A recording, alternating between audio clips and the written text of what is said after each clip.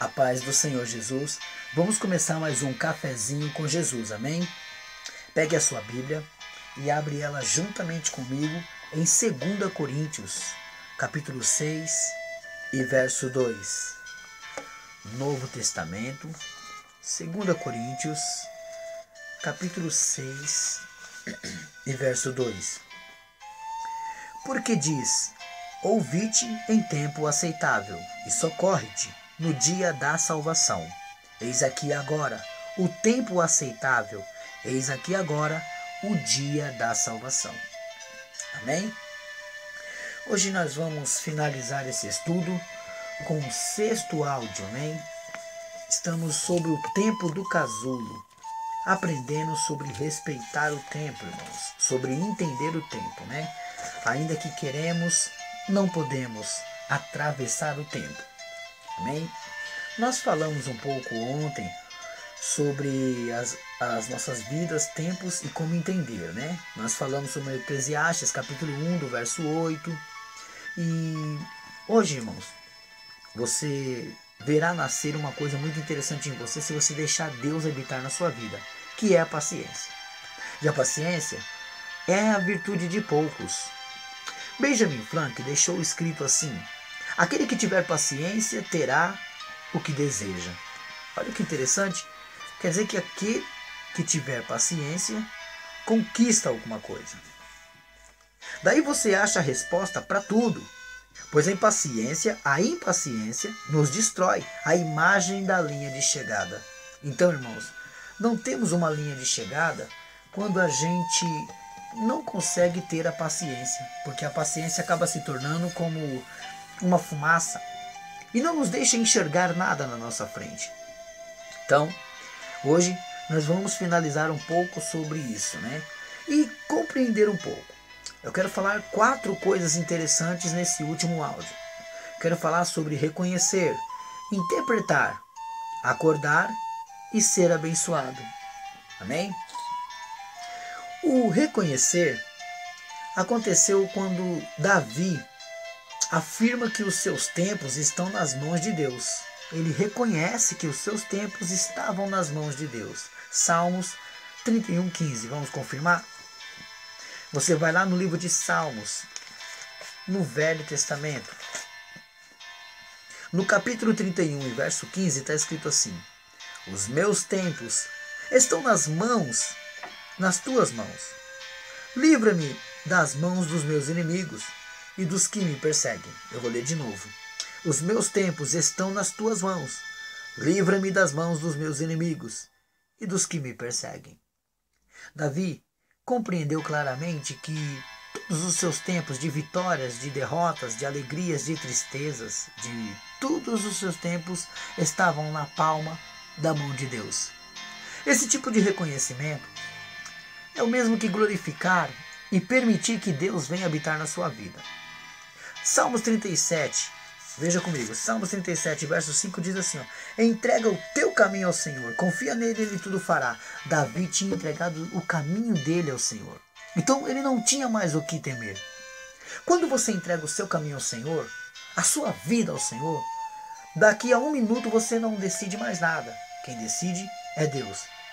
E nesses exatos momentos que você entrega a sua vida a Ele, Deus começa a trabalhar profundamente, de uma maneira que você agora não se importa mais com os tempos na sua vida. Se você vai ter tempo de fazer isso ou tempo de fazer aquilo. Mas o tempo de Deus é intocável. Pessoas têm tempo de falar fofoca, falar no WhatsApp, falar no Facebook. Pessoas têm tempo de falar com o outro por Instagram, têm tempo de falar pelo telefone, mas não tem tempo para orar e falar com Deus. Isso é uma grande falha. Então, a primeira coisa que eu quero que você aprenda em Salmos 31:15 é que Davi reconheceu. Nós temos que reconhecer que todos os tempos estão nas mãos de Deus. Tudo que está para acontecer na minha vida, de bem, de mal, está nas mãos de Deus. Eu não posso dominar isso. Eu não posso mudar isso. Amém? A segunda coisa que eu quero falar com vocês é sobre interpretar. Abre a sua Bíblia em Marcos, lá no Novo Testamento. Você encontra Mateus, em seguida vem Marcos. capítulo 13. Estou abrindo aqui a minha Bíblia. Marcos capítulo 13, versículo 32 e 33 diz assim. Olha só. Mas daquele dia e hora ninguém sabe, nem os anjos que estão no céu, nem o Filho, senão o Pai. Olhai, vigiai e orai, porque não sabeis quando chegará o tempo. Interessante que o tempo de quando Jesus vai vir, nem ele mesmo sabe. Deus não o revelou. Por quê? Isso você vai ter que perguntar para ele. Porque Deus não permitiu que ele soubesse. Então ninguém sabe.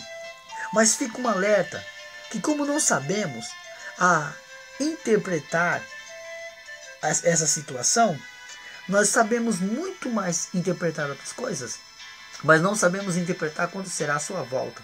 Não precisamos saber quando vai ser o dia que ele vai voltar, mas podemos se preparar. Veja aí também em Mateus 16, 1 a 3. Já que estamos falando de interpretação, Mateus capítulo 16. Estou aqui abrindo a minha Bíblia. Capítulo 13, 14, 15, 16, 1 a 3. Está escrito assim. E chegando-se os fariseus e os saduceus, para tentarem, pediram-lhe que lhes mostrasse algum sinal do céu. Mas ele, respondendo, disse-lhes: quando é chegado a tarde, dizeis, haverá bom tempo, porque o céu é rubro, e pela manhã, hoje haverá tempestade, porque o céu está um vermelho sombrio. Hipócritas, sabeis diferenciar a face do céu, e não conheceis os sinais dos tempos? Olha só o que Jesus estava dizendo para eles. Jesus dirigiu essa palavra para os fariseus e os saduceus, que queriam um sinal do céu. E Jesus estava dizendo para eles que eles conseguem interpretar quando vai chover, quando vai ficar frio, quando vai fazer calor, mas não conseguem interpretar os sinais dos tempos, dos fins dos tempos. E a Bíblia é repleta disso. Então a primeira coisa que eu quero que você entenda é reconhecer que Deus é na sua vida. A segunda coisa é interpretar as coisas. A terceira é acordar. Romanos capítulo 13 e verso 11. Vamos dar uma olhadinha? Romanos 13, 11. Está escrito assim.